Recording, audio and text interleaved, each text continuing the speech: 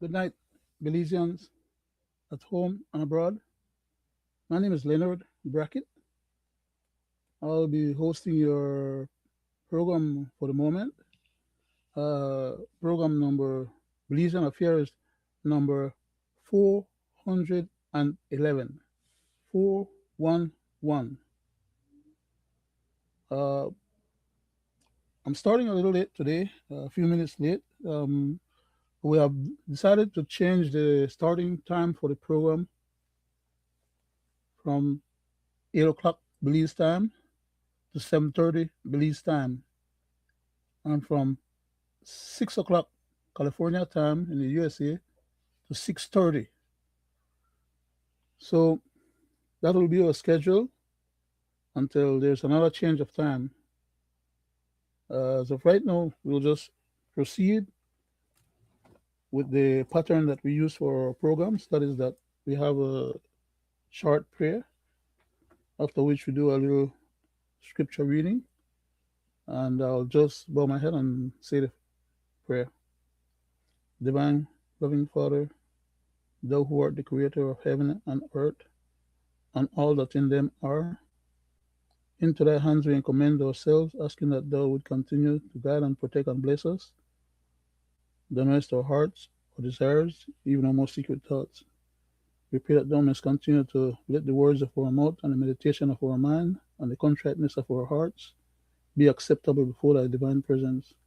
And we pray that this program tonight may accrue to some positive public benefit to our Belizeans at home and abroad and others.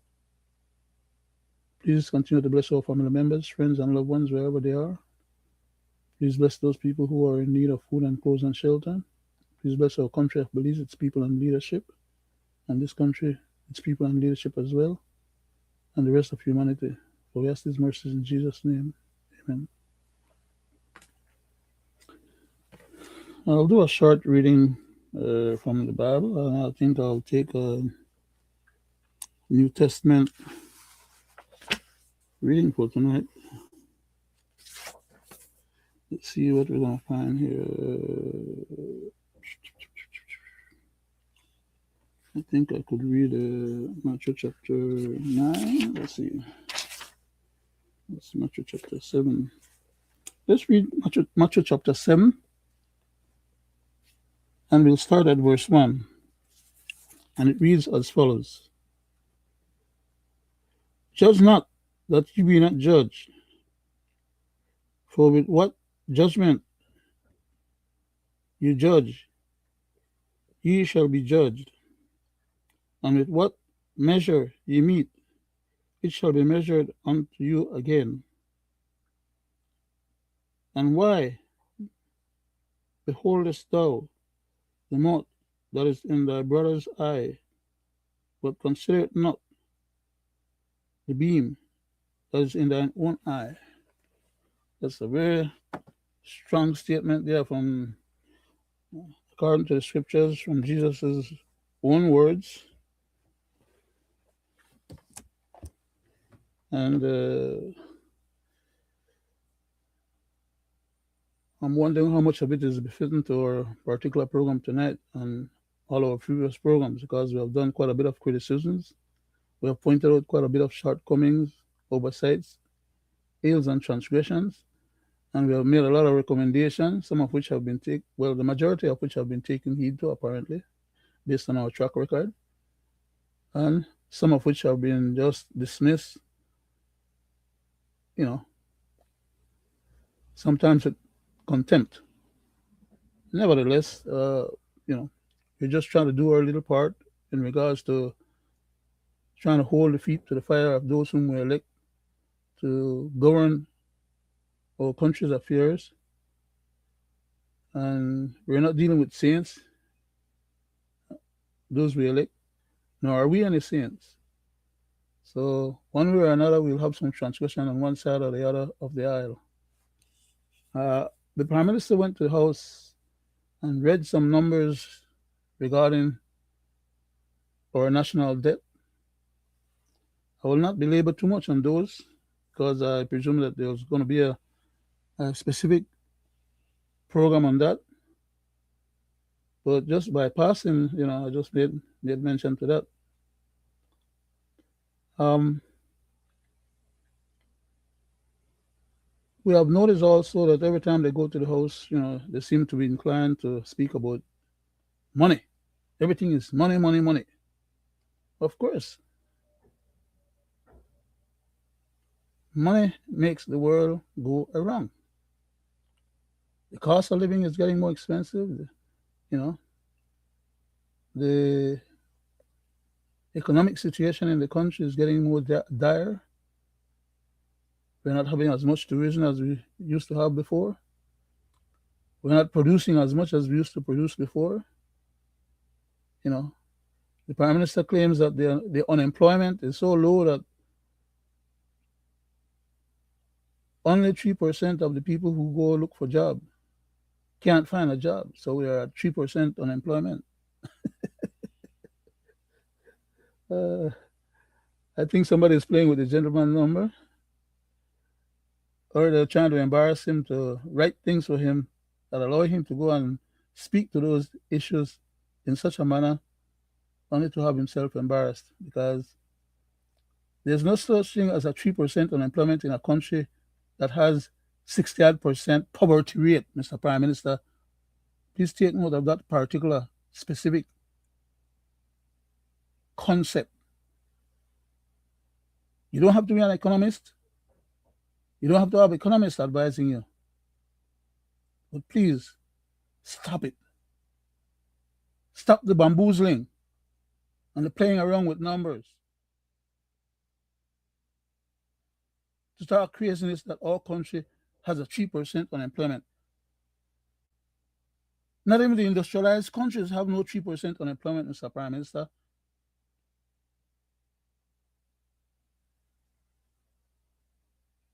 But again, I said that's not the topic for the night. And let me see if I can retrieve what I was hoping to deal with for tonight. Give me a second here, please.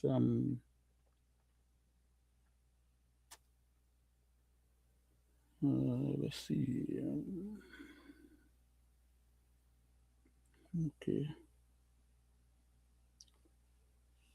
I think I'll find this particular location.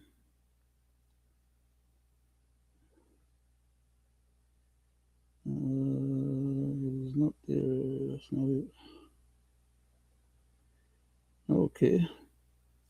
Looks like I'm in the wrong area. Yep. Okay.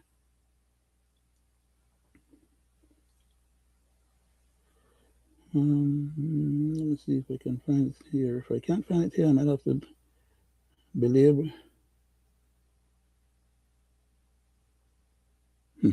Nope, it's not.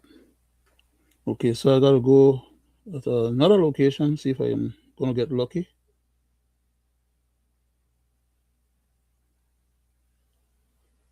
Let's see. I'll try again.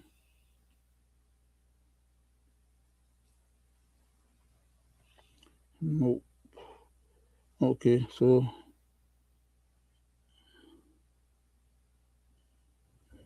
no, it's not those. Okay, I'll just need to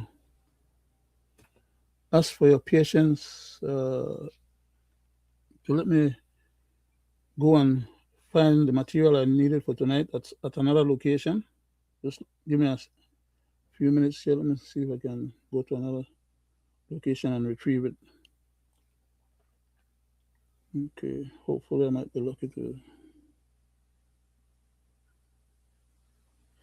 Okay, let's see.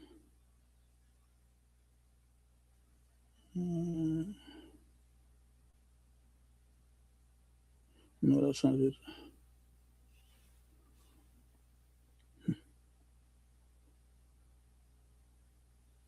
That's not it either. That's not it. Oh, man. Okay.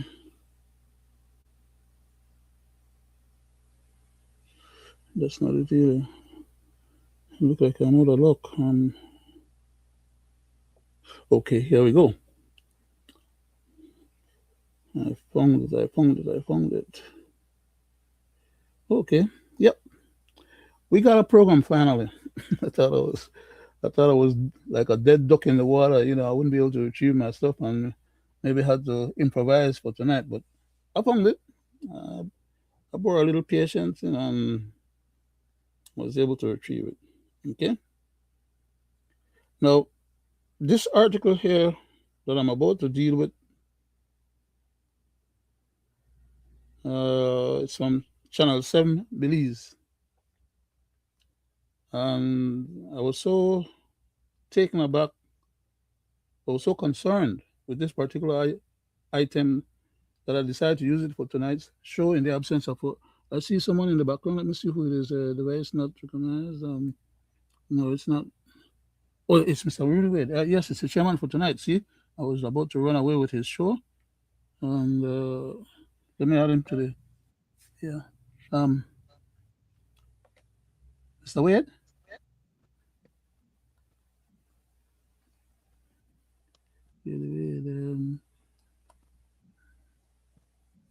Hello,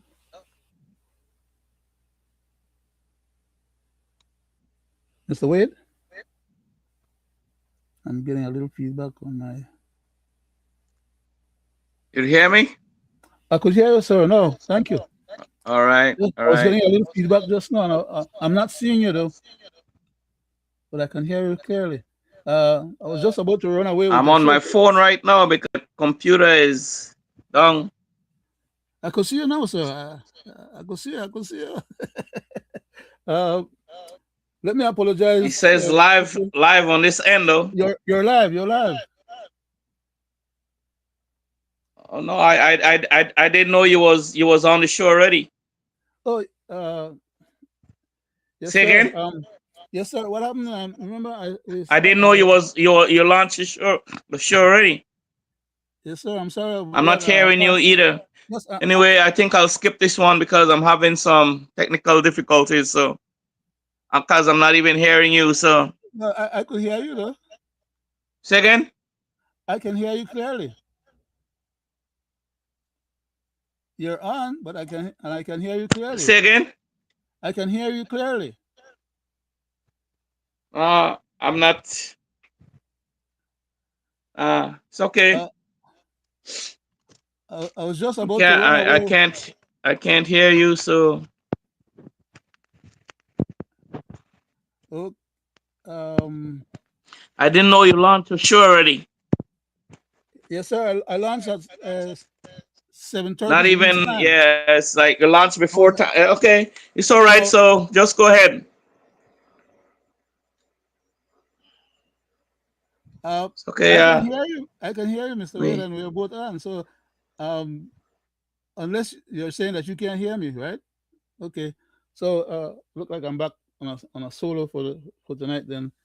And to you, the Belizeans at home and abroad, and the public in general, I'd like to apologize. We have a little bit of house cleaning that we have not gotten together yet in terms of the change of time. And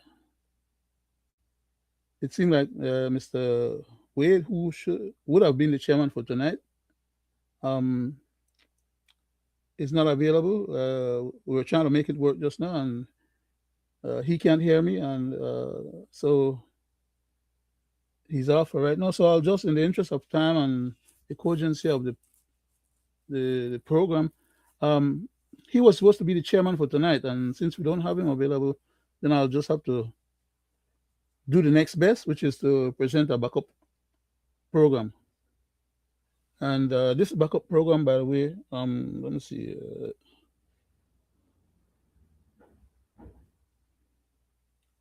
Oh, literally, I gotta go back and retrieve the material again because, yeah, okay, okay. So this backup program for tonight is based on Channel 7 or 7 News Belize uh, posting, and as I indicated earlier, it grabbed my attention because it's speaking to something that we on this particular platform had addressed in the past on numerous occasions. We try to give recommendations and input or ideas to our government for them to avoid falling into certain trap or certain pit. But they disregarded our caution and our recommendations and went ahead and did what they wanted to do anyhow. And now we, the Belizeans, both at home and abroad, are having to deal with the repercussions of their errors, omissions, and oversights. And as I am intimating at present, their deliberate miscalculations and, you know, bogus behavior. And we are the ones that has to pay the price. No money is coming out of the government officials' their pocket to pay for these expenses when they are incurred on our behalf. As I say, we lack talent in Belize, which is not necessarily true anyhow. But at least that's the way they portray it. No one other than the Prime Minister himself said that Belize lack talent. Okay? What a rascal.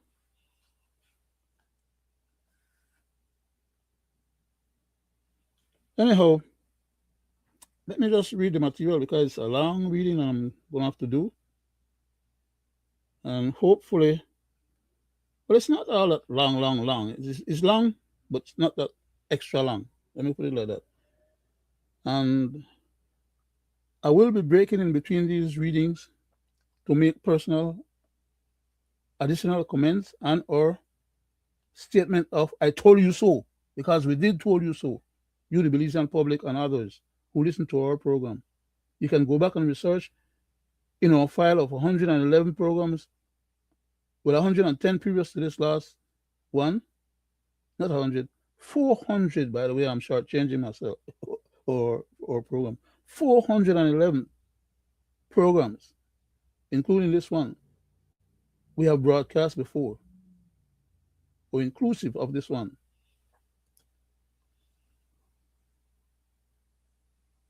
And anyone can go back and review any of those on Facebook or on YouTube and any of the other locations where we have posted these shows. If in case they forgot what we had to say in regards to these matters on those particular occasions. Because, like I said, we told you so.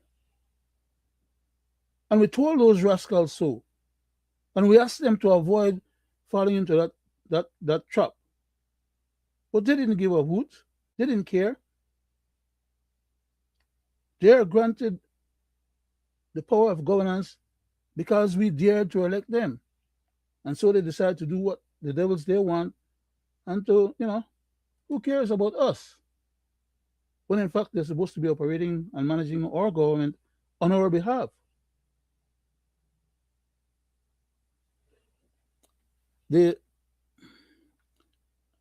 I would like to say something quickly here too again, before I move forward, because I know it's going to happen.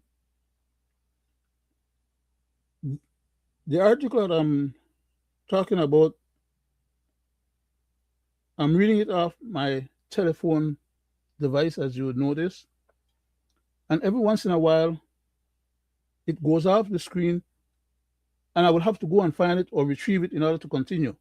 That's just going to be one of the perils of the night, in terms of trying to present this material on this particular show. So I'd ask your forbearance to please, ahead of time, I'm giving you a heads up as to what I'm trying to do and the possibility of what's going to happen during the course of attempting to succeed at doing it. And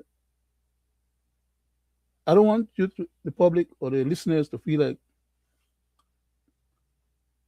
things are happening with the show and it is not going to be going as smooth as we normally would do our shows, all because I'll be having these interactions. I'm trying to give you a heads up. So please bear with me. But if you bear with me at the end of this particular show, you'll be much better off for having done so because you'll be more informed and you'll be more on top of some of these particulars as regards to this national issue and the importance thereof.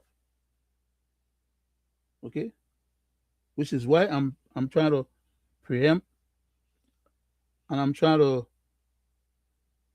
ask your forbearance ahead of time because I know I'm going to have some difficulties in the presentation.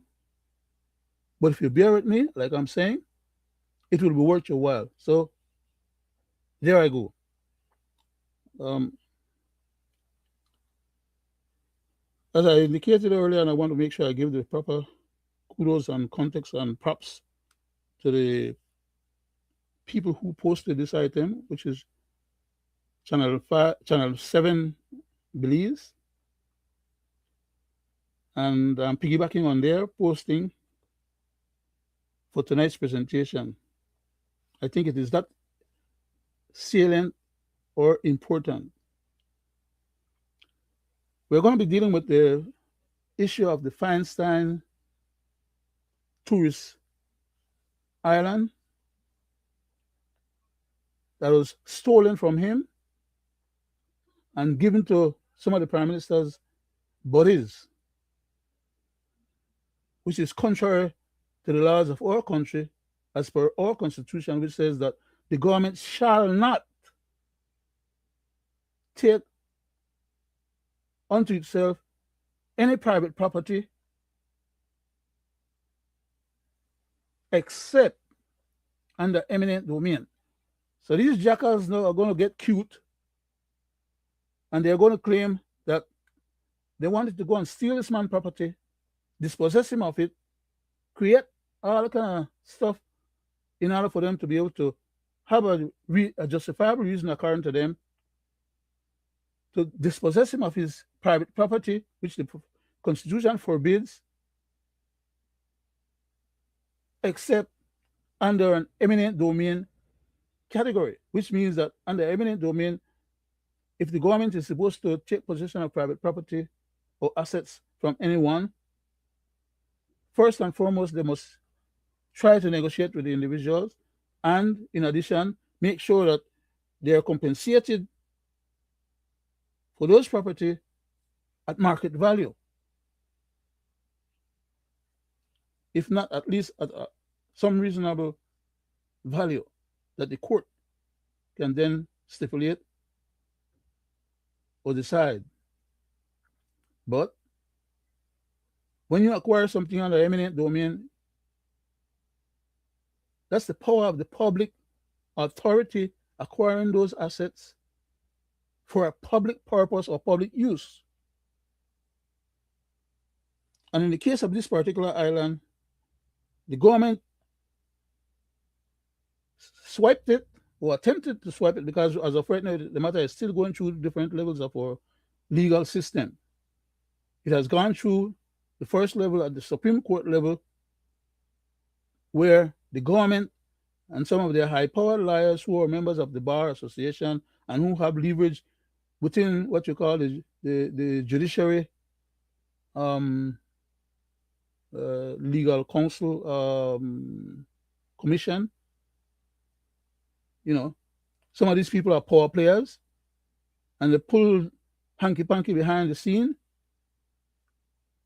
They bring judges into the country who are suborned under contract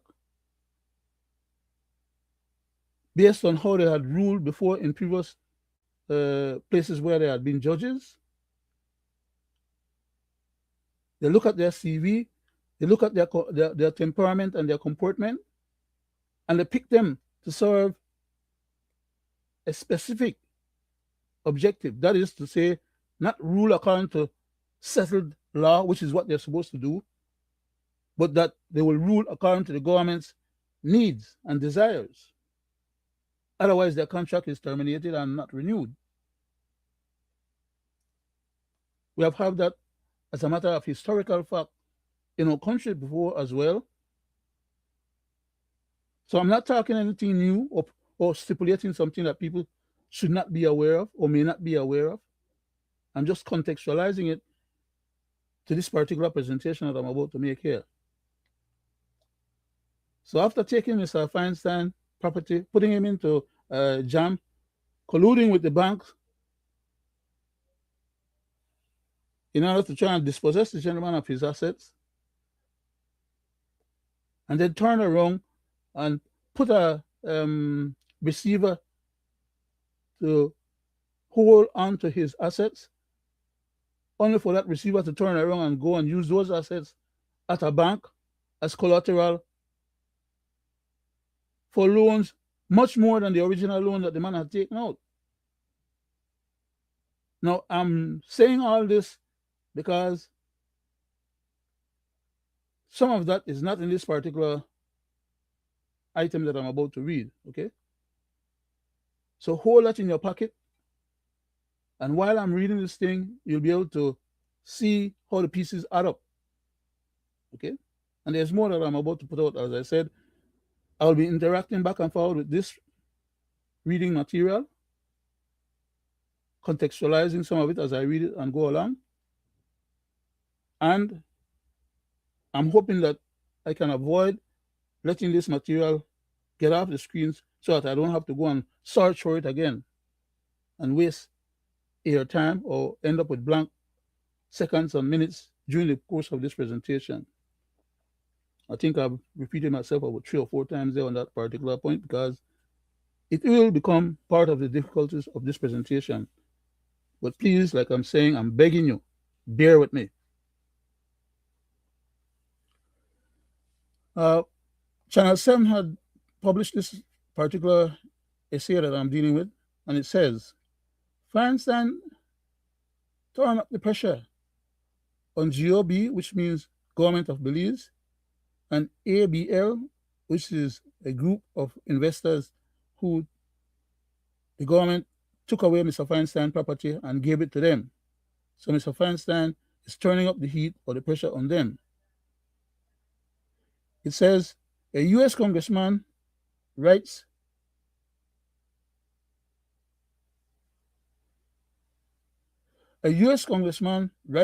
Secretary of State Rubio about Stake Bank. Stake Bank is the name of the island that Mr. Feinstein was developing, and he had gotten ownership title to that island, all legally, and had also had the chance to develop an additional area around that same island, the perimeter of that island, to enlarge the island. Okay? Part of the background history of this issue is Mr. Feinstein is not one of those mega billionaires or extremely wealthy people that can just take on to himself these type of undertaking, major tourist development. So he had a need to take out a loan. Not only just to continue the project he initially started doing, but so he can have the cash flow to complete that as well as the expanded part of the island. And the government, okay, Mr. Ashcroft wanted also to develop a tourism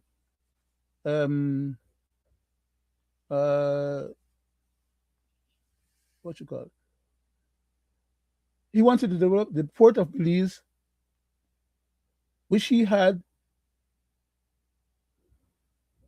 taken away from Mr.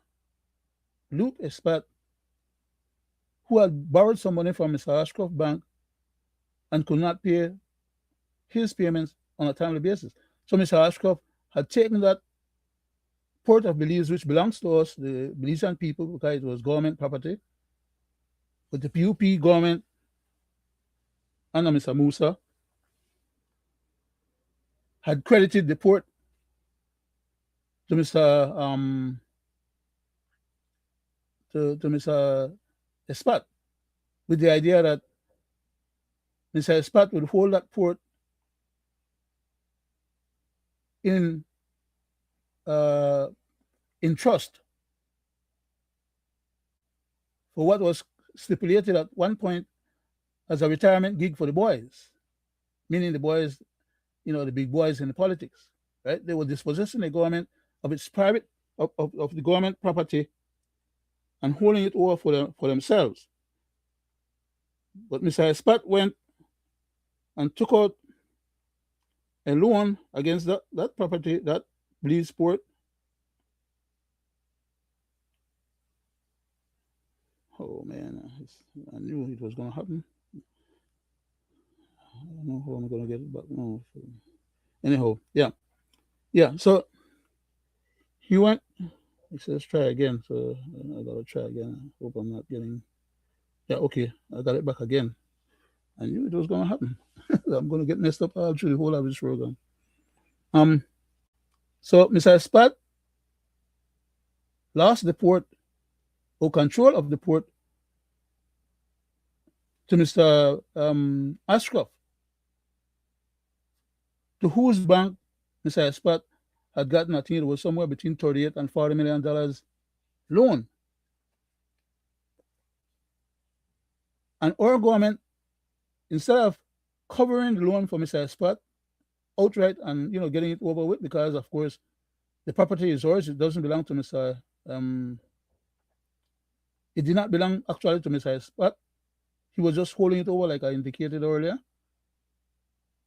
And because he used it as a collateral for the loan, between $38 to $40 million loan, and he was not paying on time, Mr. Ashcroft took possession of it and a receivership until he could get back his money.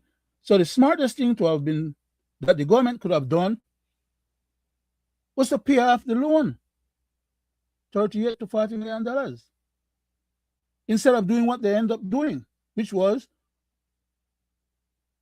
allow Mr. Ashcroft to take all the profits out of the port for up to, I think it was somewhere between 10 and 13 years, at about 13 million per year, thereabout, between 13 and 15. At least that's what was declared. There's a lot that was not declared, so a lot of money went unaccounted for. Okay, that's another point of contention.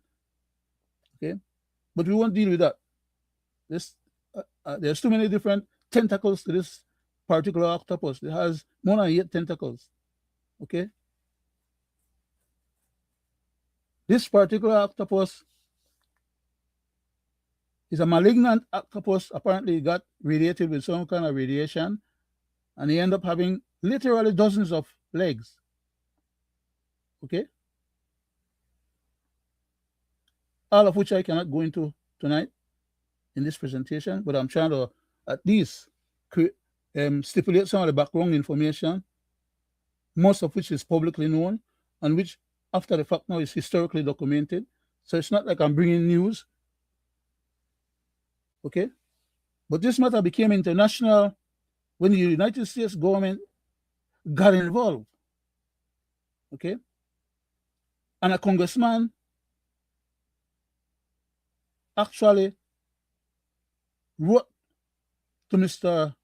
Rubio, the Secretary of State of the United States, to ask. This congressman now is a very powerful gentleman. Okay, he's not just a regular cousin, just a member of Congress. The man is one of the powerful committee members then. Okay, so when somebody like he jump on something like this or speaks to something like this, people got to change how they were sitting or how they were standing, and they have to jump to attention. Okay, so this gentleman is demanding some action from Mr. Rubio in regards to this particular port that I'm talking about in Belize, the Feinstein development. But while I was talking about that, the issue of how the government takes away private property or how the government get involved with private business in the country becomes the focus of the United States government in that regards. And now they're going to bring down some hell on us in Belize because of these transgressions that I mentioned earlier, our government officials have been doing and thinking that they are so cute and they were getting away with it. And now they are not going to be the one to pay the price because no money is going to come out of their pocket to deal with these matters. All of it is going to be financed through the public purse. We, the Belizean people, who have 68% poverty, and this crazy man to tell us we only have 3% unemployment. Okay? Why? Because they are ransacking the treasury and mismanaging the assets of the country and taking on projects that exposes us to major liability of millions and hundreds of millions of dollars, as I was explaining earlier. Instead of buying back the port, or not buying back because Mr. Ashcroft didn't want it, he was just holding it in receivership, which I hope some people will understand what I'm saying there because, they're not one and the same. Holding it in receivership is not ownership.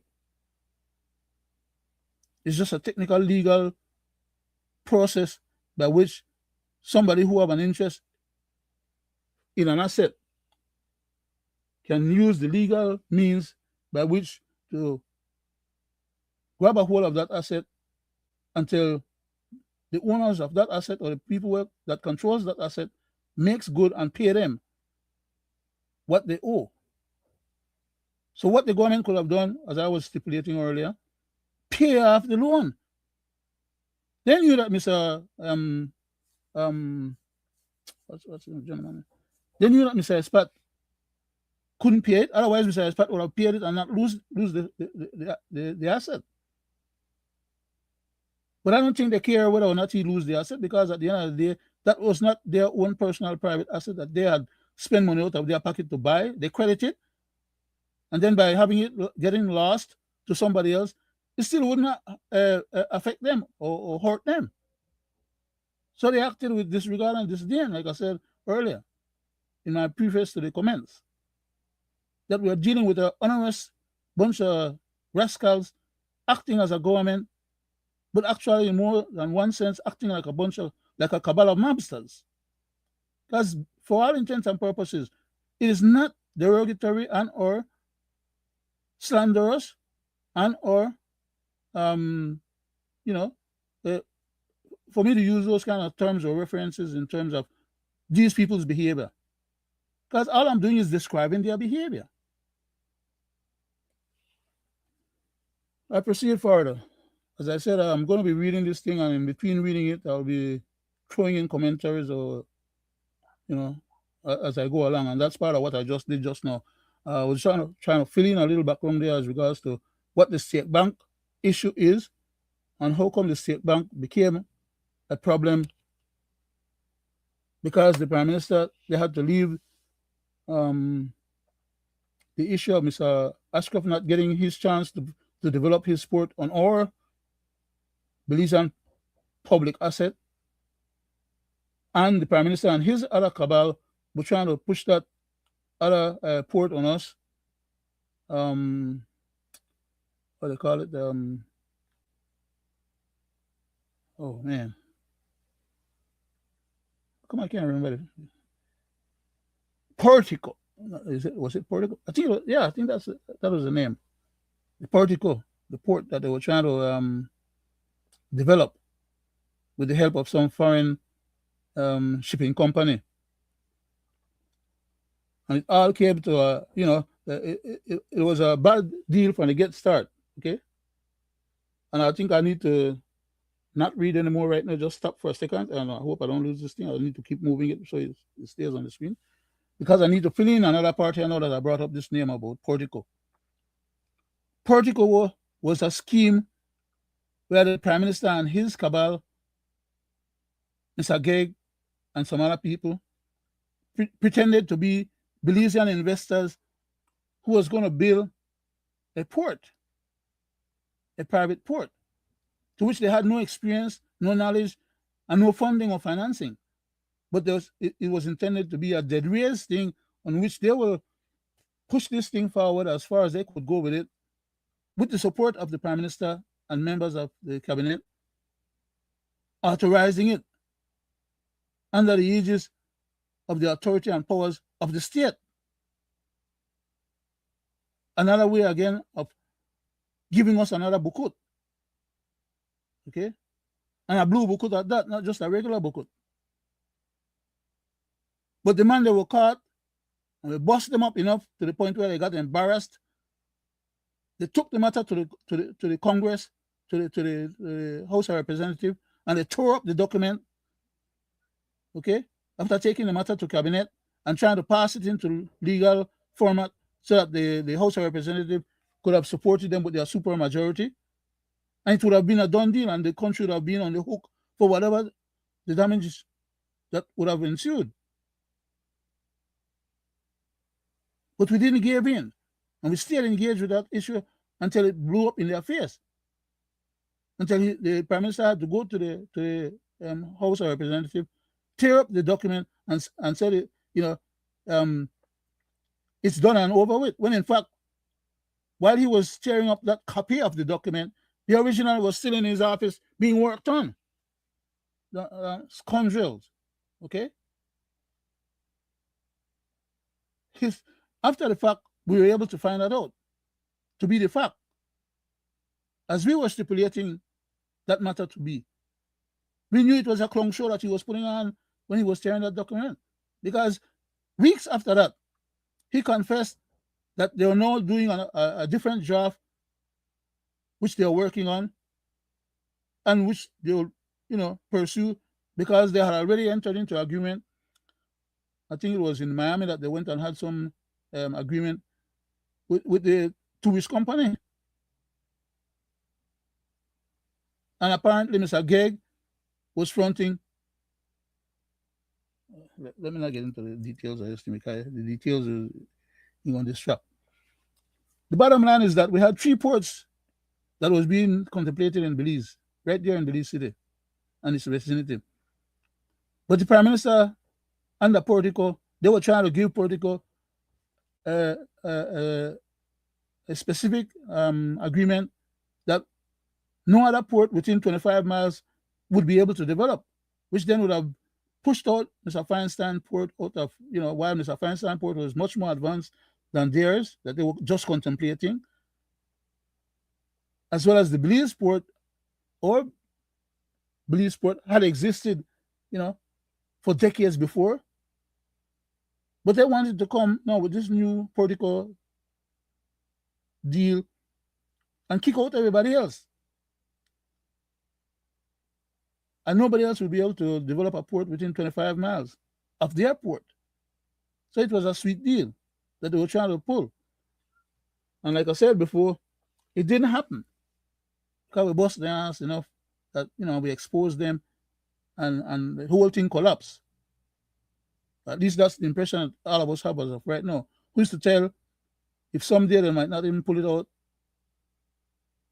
But now they come with a different thing now, that they want to kick out Mr. Feinstein, and now they are trying to backstab the gentleman in the back that took over Mr. Feinstein project, because the Prime Minister is now claiming that he has other investors that the government is talking about, that's proposing to build a port and develop and enhance our government Belize port.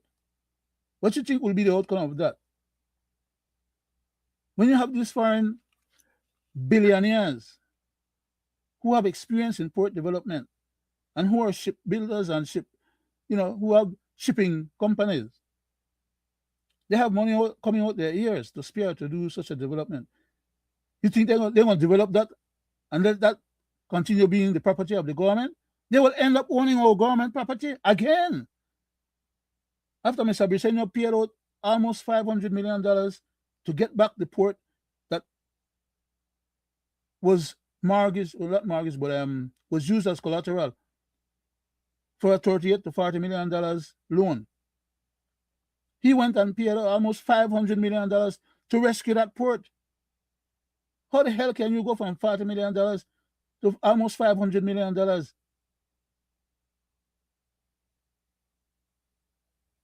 You don't have to be a mathematical genius to realize that somebody was being taken there. And who do you think was being taken? The Belizean people, who doesn't have that $500 million now that is being paid out to Mr. Ashcroft. We don't have it now, and we have to be borrowing money to sponsor the government affairs of the country. But let me get into the reading of this stuff, okay? That's enough, I think, background information and up to date information that will help to contextualize this reading. So I'm going to do some more reading, and please, based on what you're going to be hearing here from the reading, remember what I just gave you as a background in terms of the historical narrative that we have had to deal with, that these people now are commenting on, but are not giving us all the details of. I just gave you some. I didn't give you all either. It's a lot. Uh, it goes on to say here, the U.S. Congressman Brian J. Mast, M-A-S-T is his name, who chairs, remember now, I mentioned earlier, this man is a powerful man, right, in the system. He chairs the House of Foreign Affairs Committee. Today, the date of which they had written this stuff, they were saying, today, that gentleman, Mr. Brian J. Mast, wrote to the U.S. Secretary of State, Mr. Marco Rubio. You see how high this thing went? Or at what level these people are dealing with this stuff? After we, for months and months and months, was trying to avoid them getting us as a country of Belize into this kind of predicament.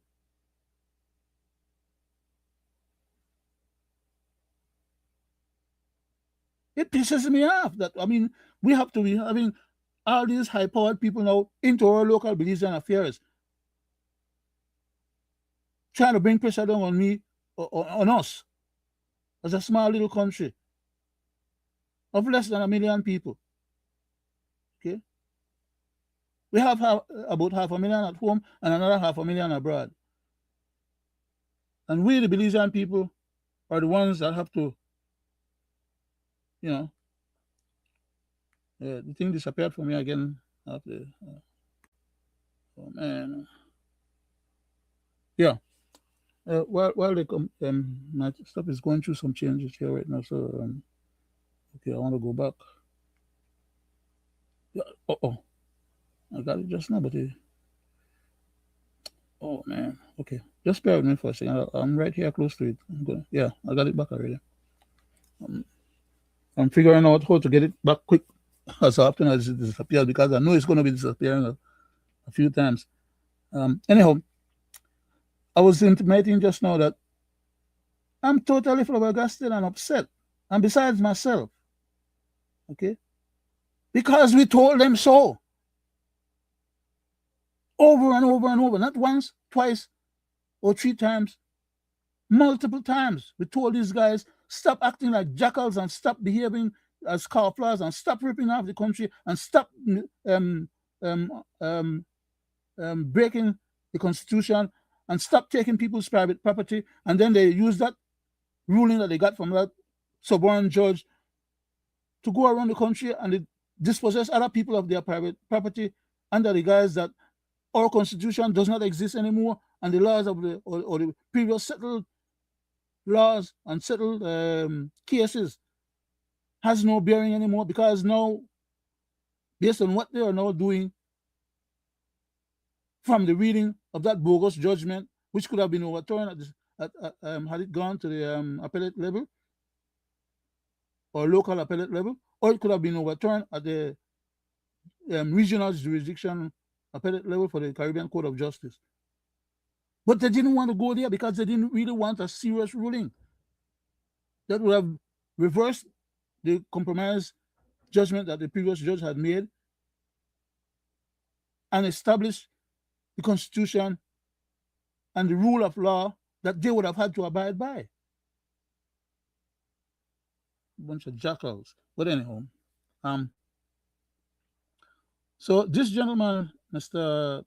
Brian J. Mast, who is the chair of the House Foreign Affairs Committee in the United States, wrote to the Secretary of State, Mr. Marco Rubio, saying to him, I write because concerns, he missed out the OF, because of concerns, anyhow, let me not get into the people grammar and proper English or whatever. It's not. I'll just read it as is. I write, he said, I write because concerns have been raised with the committee, that is his committee, the Foreign Affairs Committee of the United States. I said earlier, look how high up this damn thing had to go. And now the hammer is coming down. Okay?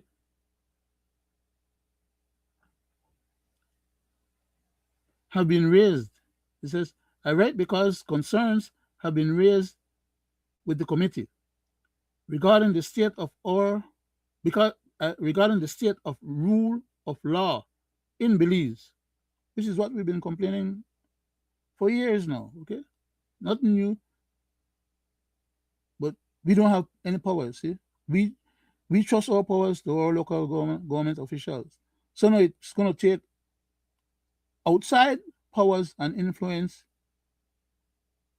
and foreign entities and foreign affairs committee of powerful nations to come and squeeze us or squash us or step on us because we are violating the very laws that's supposed to be governing our country, because we think that, or politicians think that they are untouchable, they are above the population, they are above the society, they are above the laws. If the idiots understood anything about political affairs, international affairs, geopolitics, economics, or any of those matters, they'll realize how easily we can be dispatched with. But the power players, local Belizeans at home, only to now have other people who thinks that our business is supposed to be their interest. So they are going to come now and jump in the ring and be the big bouncer and push us around because of the knucklehead leaders that we have that don't know their elbow from their butt. Bunch of idiots. Anyhow, so the gentleman is claiming that he's writing because concerns have been raised with his committee regarding the state of the rule of law in Belize and the potential implications for U.S.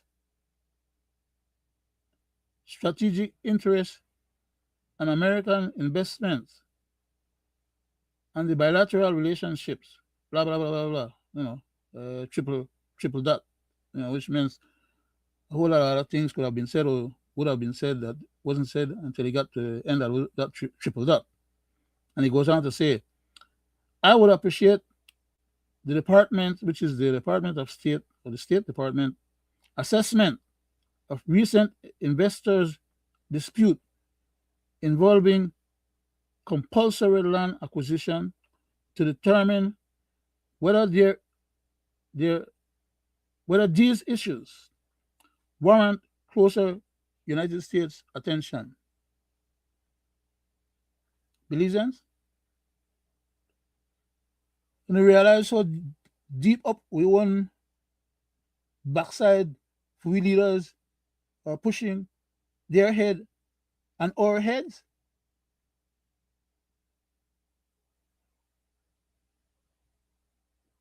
Does Belizean really understand the significance and the consequences of what is it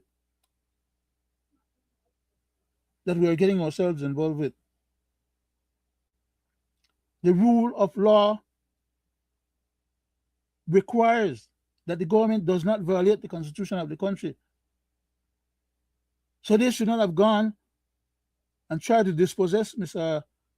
Feinstein of his private property, which is forbidden under our laws. The rule of law. And it's not because the Prime Minister is not a lawyer that maybe you would say, well, he didn't know otherwise or know better. Because in his cabinet, he have a bunch of lawyers, senior lawyers at that. And in the House of Representatives, He has a whole bunch of other lawyers. And if he can't find enough other Belizean lawyers, he can do as he have done before, find international lawyers to give him adequate and proper international counseling in regards to international affairs. Hello? Had he done that in this case, we wouldn't be reading about this particular matter right now as I'm doing, because it would not have gotten to this level. We are in the wrong. And other poor players are going to stuff our tongue down our throat. That's just, that's the reality of the situation that we find ourselves in right now.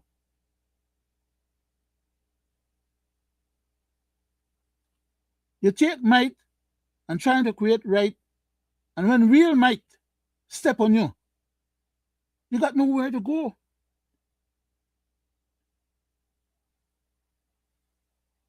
We have international obligations, international treaty for business relations with other countries.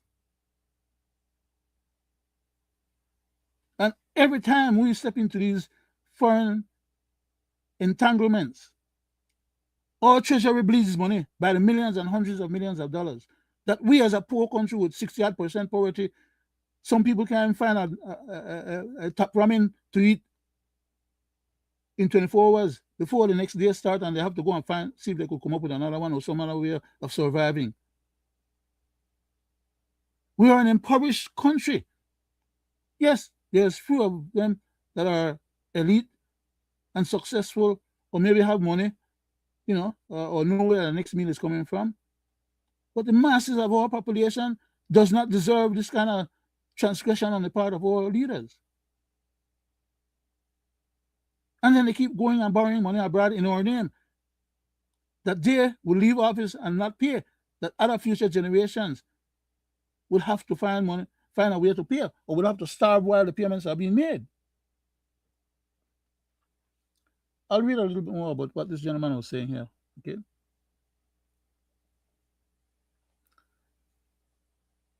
So this committee, this big, so I'm not called so-called because they are big wig. This big wig gentleman, right, who is not only just a member of the Foreign Affairs Committee, he's the head, he's the chairman of that particular committee. Okay, so he's a big wig. In the scheme of things, he's a big wig. This gentleman is going to call the attention of another big wig, the Secretary of State of the United States. They don't come that much bigger too often or too many times, right? Two of the big boys, them consulting each other or making demands in terms of what the hell is so stinking Belize. Okay, basically that's what they're talking about, or what the implication is.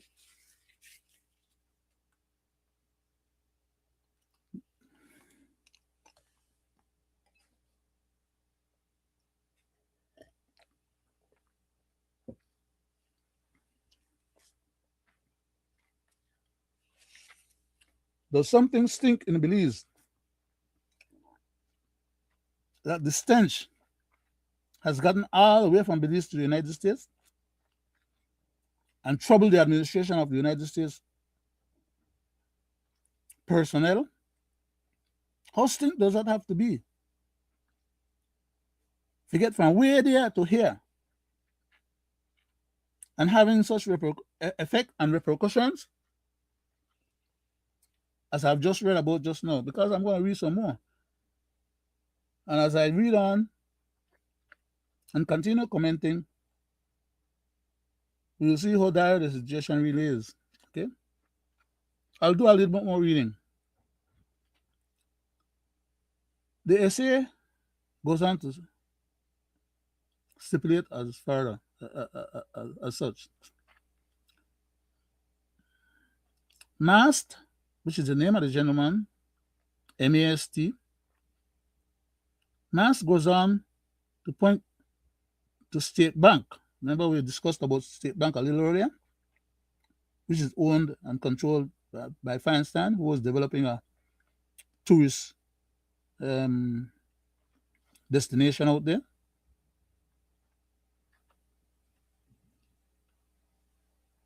State Bank issues directly.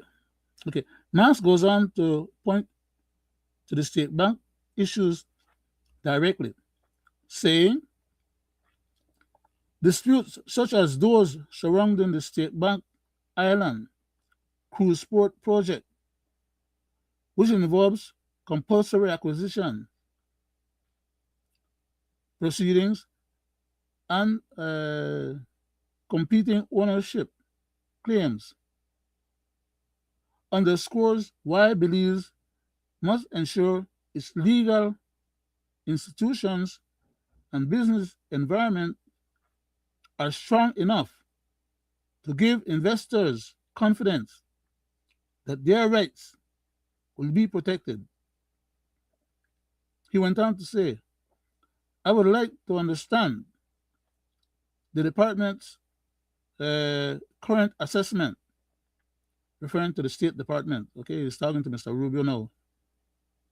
I would like to understand the State Department's current assessment of whether these issues pose a systemic risk to American investors and businesses operating in Belize. So because of that one transgression with State Bank, the whole damn system is being questioned or put into question. And or any other individual or business that has any grievance with our government now can piggyback on this.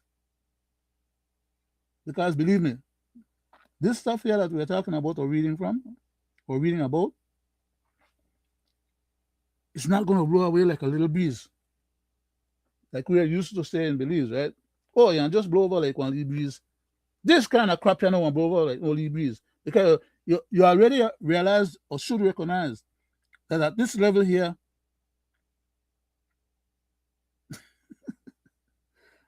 I don't know. When things get at this level, remember the other day we had an issue with ASR, BSI, where we had one Southern senator, one gentleman, one member of the Senate that has 100 members in the United States. He was concerned about ASR, BSI being taken to court, and an SI was written by one of the ministers then, on which they were hoping to use that SI and the contents of that SI to power play ASR, BSI and force them to give out information about their business practices and their documents. When the Constitution tells them they have no such rights and authority or privilege acceded to them, the attempt that the government made to create that SI was in violation of the Constitution, and an SI cannot trump the Constitution. I don't know how come they couldn't go to Mr. Courtney or any of the other lawyers, then Mr. Marshallek or whoever else not. They have dozens of top-class lawyers, senior, experienced lawyers that could have been giving them the same counseling and ideas and information that we were providing to them on our show. But we are a non-entity. We are not elected like they are. So they don't have to accede to nothing that we point out to them as being critical. But now they get lashed back.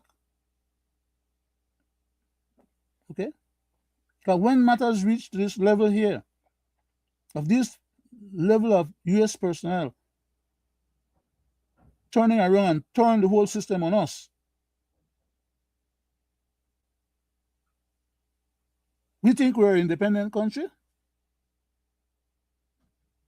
We fought so hard to get our independence, only now to have it subordinated to the point where we are now being perceived at, or perceived as, or maybe being related to, as a vassal state?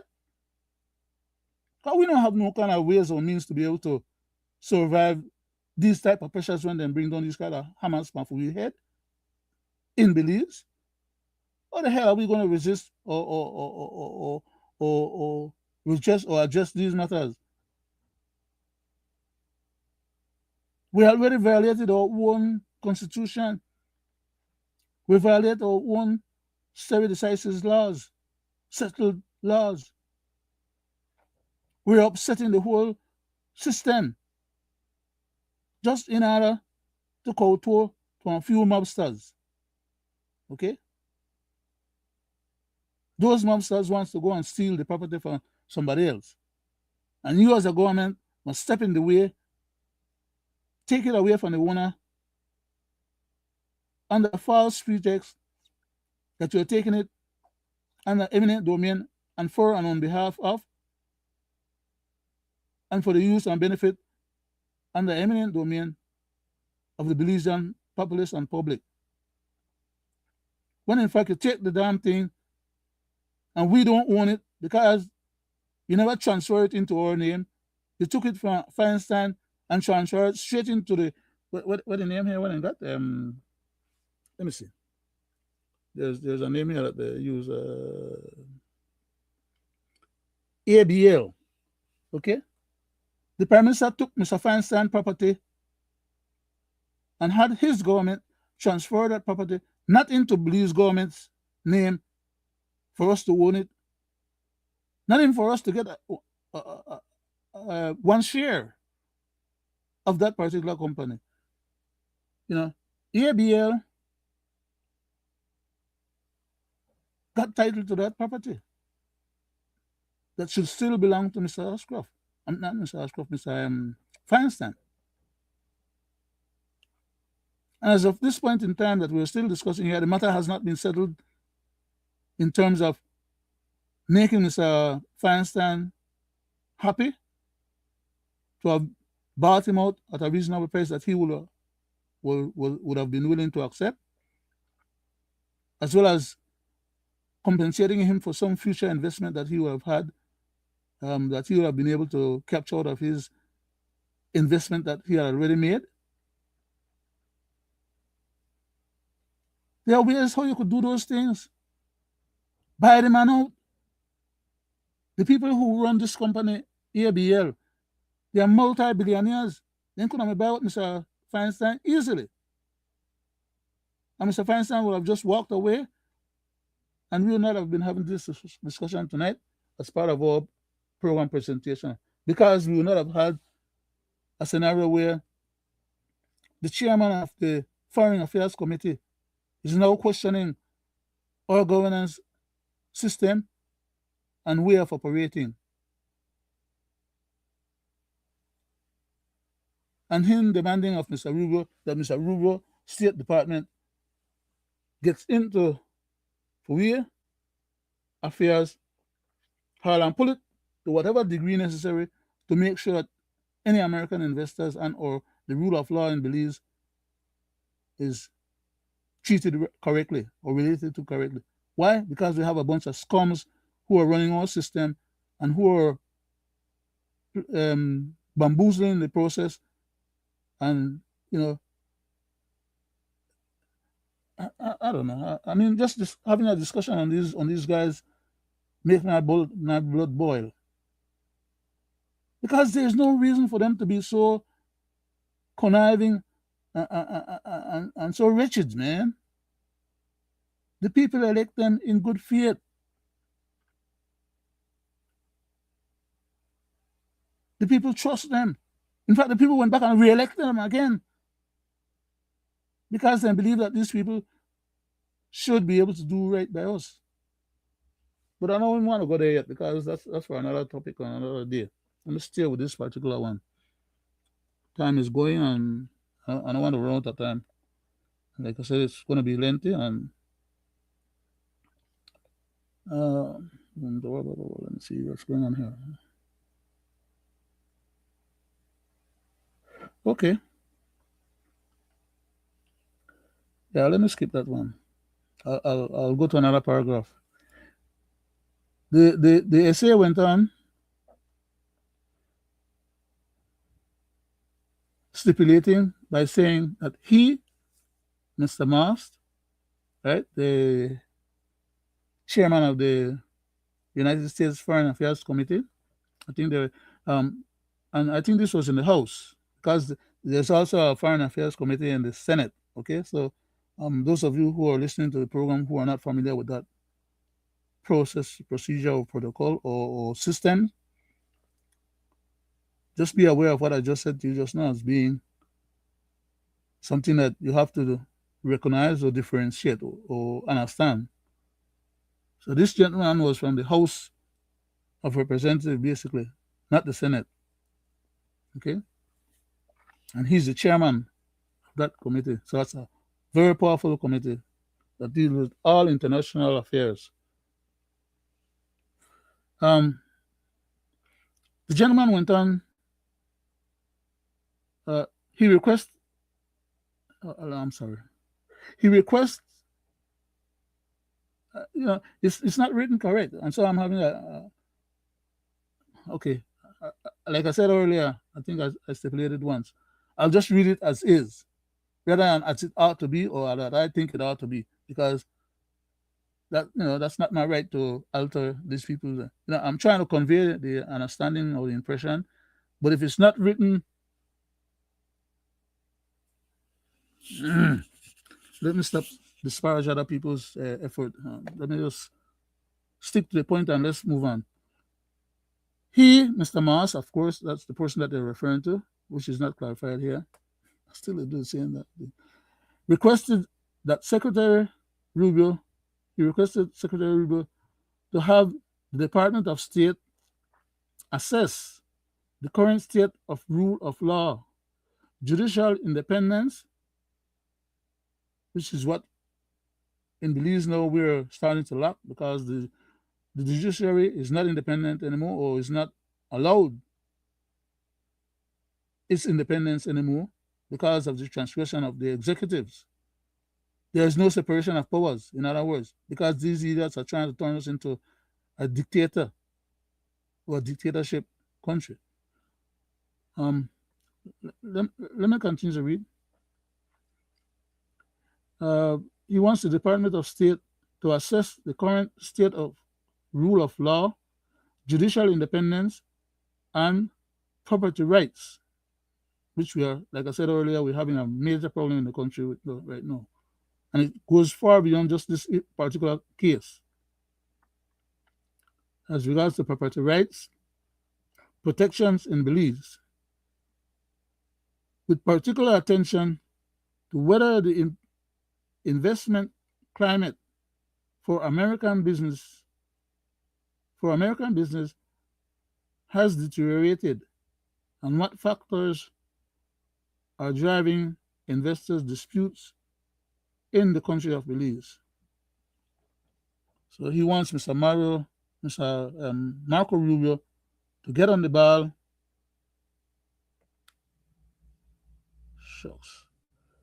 Holy Toledo. Okay, so my item that I was reading disappeared again. By just. That's not what I want.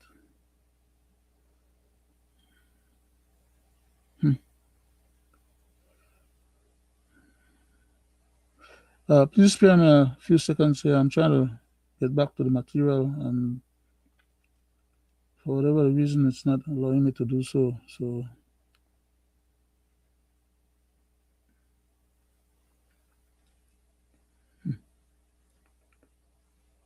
oh man.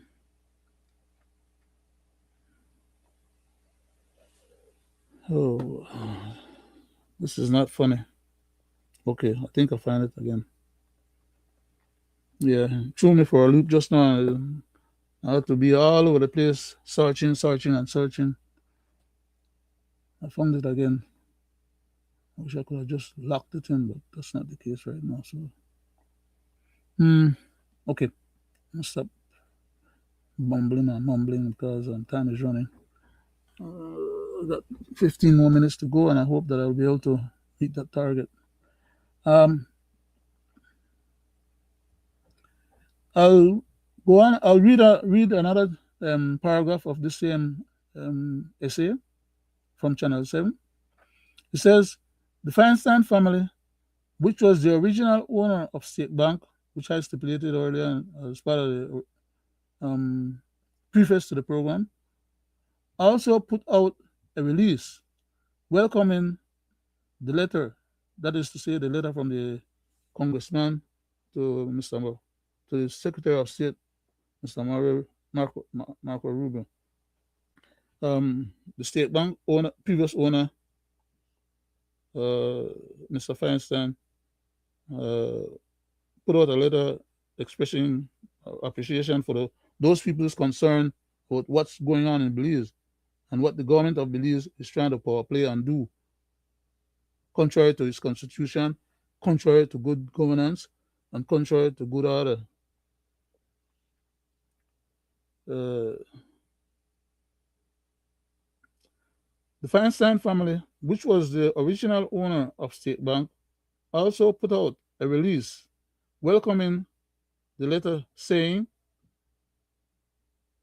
directly rebuts recent public attempts to dismiss or minimize concern about the treatment of State Bank Island and send a clear signal to the government of Belize and Atlantic Bank, which is one of the banks involved in this nonsense that I was talking about earlier, where they try to make the man fall into default and turn around, grab the man property into receivership, and then borrowed more than 3 times, I think, the amount of money that the man had owed them,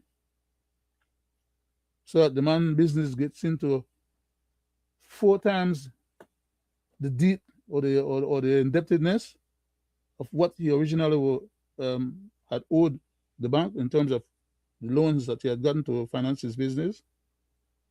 And they wanted just to steal the man's stuff. And the prime minister is going to use the powers of governance to facilitate such stealing. That in itself is onerous, not to say the least, about using the powers of the central bank to put pressure on the local bank that the man was dealing with, you know, to try and get the man out of his business so that he could have the man business get turned over to some of his buddies to wash money, basically. But I won't go into any more details on that. I'll just try and read out the last little piece of this stuff here. And it says that State Bank Island send a clear signal to the government of Belize and the Atlantic Bank that these matters are now the subject of high-level U.S. scrutiny. Why do we have to be exposing our butt like that? We don't have any leverage when we get ourselves exposed to those kind of situation. Once those people get involved in our business like that at that level, you know, it's frustrating. Anyhow, Channel 7 News has reached out to the Minister of Foreign Affairs, that is to say, to our current Minister of Foreign Affairs, Mr. Fonseca, for a comment. And tentatively, we're waiting with bated breath to hear what he will have to say about this, because whatever he has to say about it, still will not cut muster. And I can preemptively predict that right now here on my particular show, as I've done in many other instances, to say that there's nothing Mr. Fonseca, as our foreign minister, can do to ameliorate and or to redress this matter or adjust this matter in any way that will make it or make Mr. Feinstein whole, other than to take back from the people that this island was given to and return it back to its rightful owner. The prime minister cannot do that. It will take the prime minister to finagle and try and figure out a way to make that happen. And I don't see that happening because the people to whom the prime minister allowed to take possession, what's the name of the company up here? Let me go back and I want to be specific. I don't want to be attributing things to people. ABL. Now, ABL is an acronym for the name of an organization or a group or a company. And those people are multi-billionaire.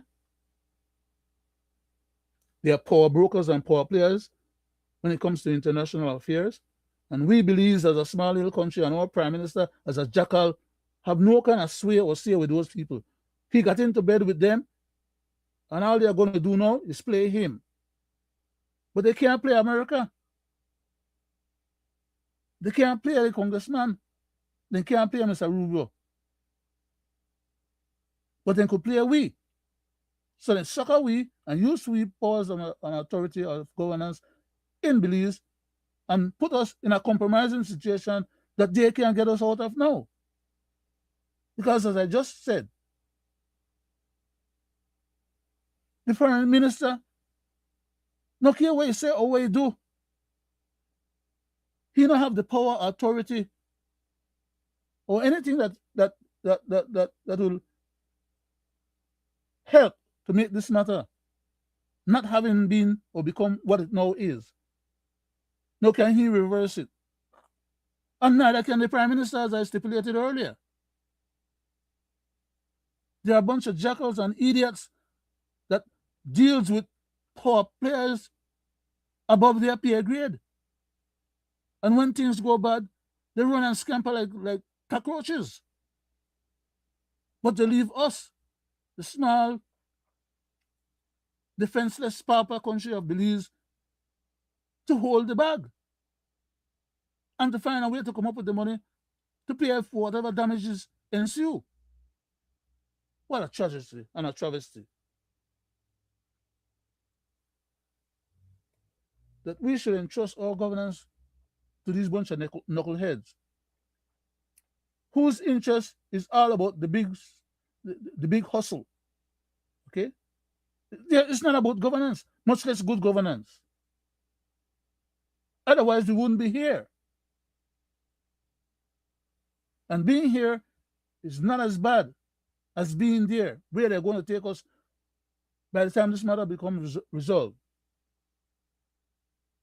Because, like I said, neither the prime minister is in a position to go back to these big power players, these multi-billion-dollar people, and demand that they give back State Bank to the government, which we never did hold it in trust either. Because all that happened is that the paperwork went from Feinstein to these people. It didn't come to us, the Belizean people or the Belizean government.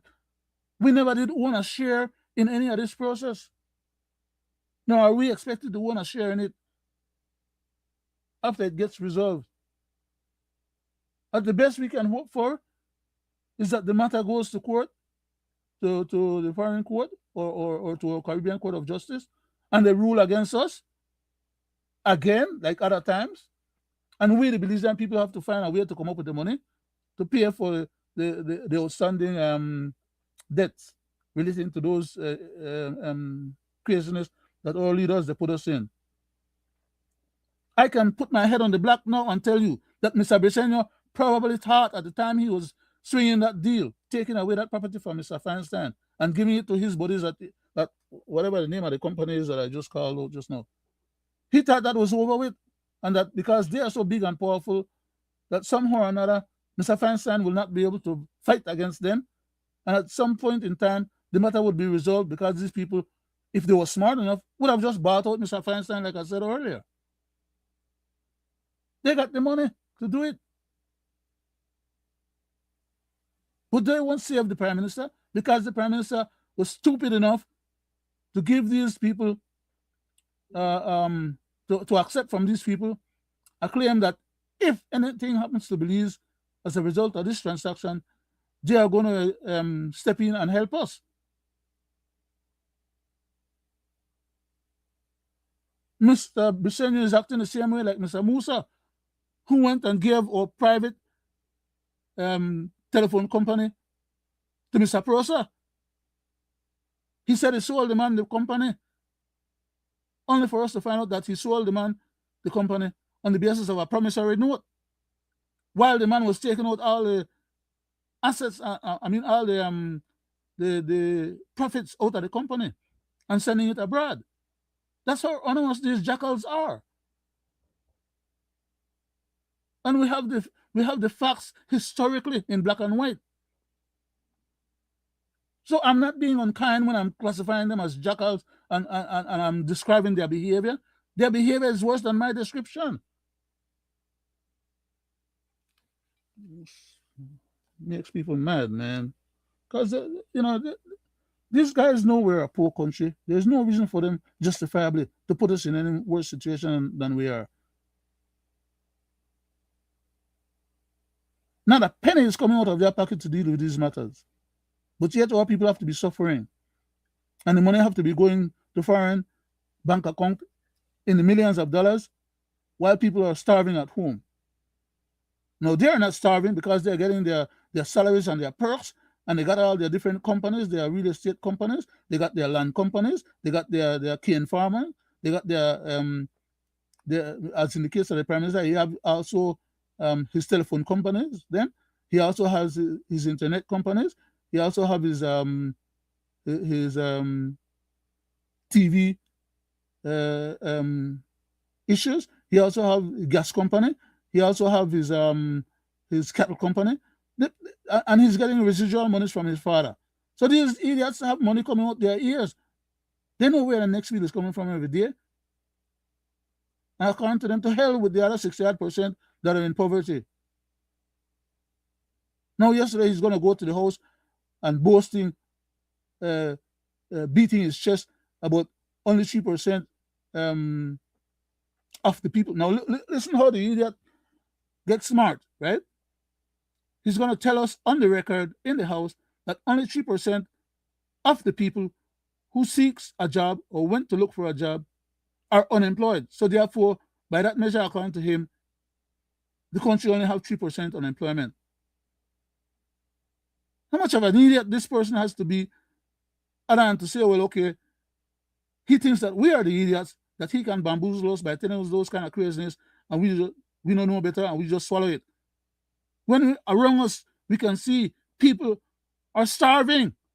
There are kids going to their bed at nights without food, have to get up in the morning to try and go to school on empty belly.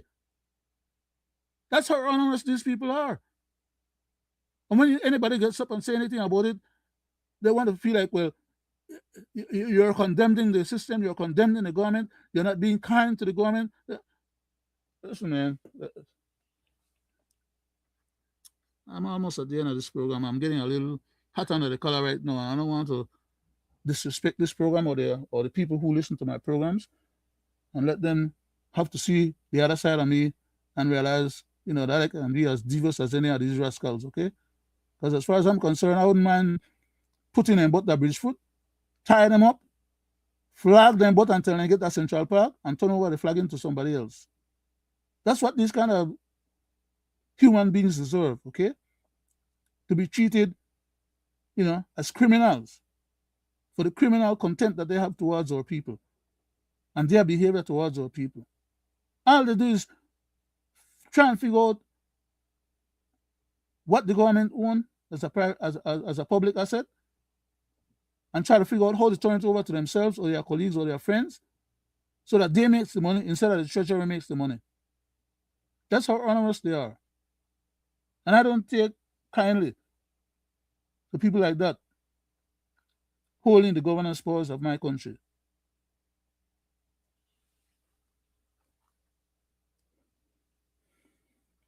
I came to the end of the reading just now, and I did not specify or stipulate that. I just went from the ending of the reading into tantrum diatribe that I was, just speeding out of the, you know, uh, I'm a little upset, man. Seriously, I'm a little upset because this is not the only set of circumstance or situation whereby the same people them that we have right now in government from let's see what it was, 1998, I think it's 97, 98. I don't remember the exact date when they got into power under the Musa administration. I think it was 98. They were in office until 08. Was it 07, 08, something like that? I don't know. I think there was an early election or something. But anyhow, I'm not going to haggle about the particular point in time.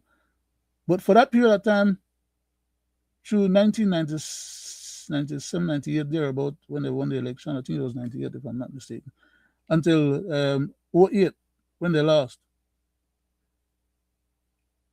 The same person that is currently Prime Minister now was Deputy Prime Minister back then. Under the Prime Minister at the time back then was Mr. Musa, Said Musa. And these same people, myself and some other individuals, had provided them some information that allowed them to realize and recognize at the time that Mr. Musa and Mr. Fonseca and the other rest of the cabal was taking them all for fools in cabinet, because they were telling them one thing while behind the scene, they, as a smaller group, as a cabal, was conspiring with other things. And in cabinet, everything that goes through cabinet is supposed to be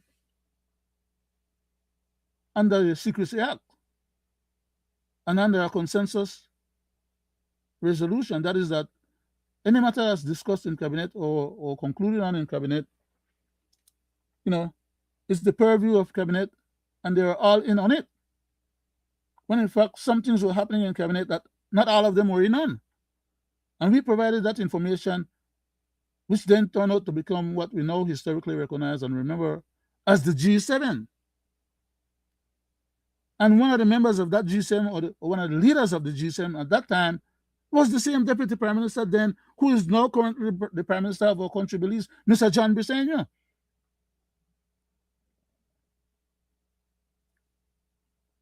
He was kicked out of cabinet by Mr. Musa because Mr. Musa was faster on his foot than they were. Not that they really wanted to overthrow the government, but they could have at that time. And Mr. Musa realized that and decided to kick them out of cabinet before he got himself overthrown. And that's where we got the G7 scenario from. Information that we provided to them, just like we have been provided to them now that he became Prime Minister. I provided information to him how to solve the budgetary constraints and shortcomings that he had. Within less than a month of him becoming elected, I sent him the process by which he could have ended up solving the deficit. And I predicted to him that deficit would have been about $140 million. But that he could have had access, not 140, 240. But that he could have had access to $250 million, which would have covered that deficit. So he didn't have then to go to the teachers and all the other civil servants and dock them 10% of their salary. But that's what he wanted to do. So he chose that instead of the recommendations that I had provided him. And when he read his budget for the following budget year, he was deficient in $141 million. $1 million difference from what I had speculated to him. Okay? 1 million different. And he had to go and take away 10% of the salaries of all those people who had helped to kick him and Mr. Musa out of office during the previous administration. That's what his agenda was. vengefulness. He didn't want to solve the problem. He just wanted to create havoc. And the people were just coming out of this COVID-19 crisis. And that's what he visited upon them. Not to say the least, as I mentioned earlier, that we have this poverty-ridden society. That the borough administration was giving what they call a pantry or a little bag of food to different households, the poverty-stricken people. As Mr. Bisenyo, the government won and he stepped into office, the first thing they did under Ms. Baleramos, who then was the person responsible for the Ministry of Poverty Alleviation and things like those, the first thing she did was to cut the pantry during the time of COVID, when people are most in need. That's how rascals and jackals these people. That's how evil these people really are. Okay, they're malignant. They visit evil on the society. They impoverish the society with all these high costs for daily living and survival. And at every turn, they keep the pressure on and they keep making it worse.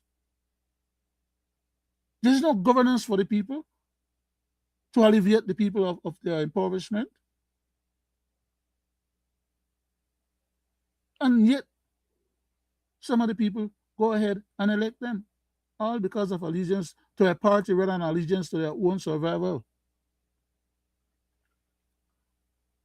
We have passed the point in time for a show, at least by 7 minutes already. So I need to quit my rant and just express my sense of gratitude to those who have listened to us while we were alive and those who will be listening to us thereafter at your own convenience. And just want to say good night to Belize and Belizeans at home and abroad. Wish you the best. God bless. And I hope that whatever was said and expressed here tonight, as upset as I was, at least I try to contain a little bit of my emotion, and I'm happy to have succeeded in presenting the program at least up to this point and not having gotten out of order or being disrespectful to our program, because this program, Belizean Affairs program, is much more than just about one show, one issue. It's about our nation as a whole. And while I'm involved in this process, I'd hope to keep it clean and not make it be disparaged or disgraced. So, despite my sense of outrage, I'm glad that at least we have come to the end and I didn't disrespect myself for the show. Thank you again, Belizeans. God bless.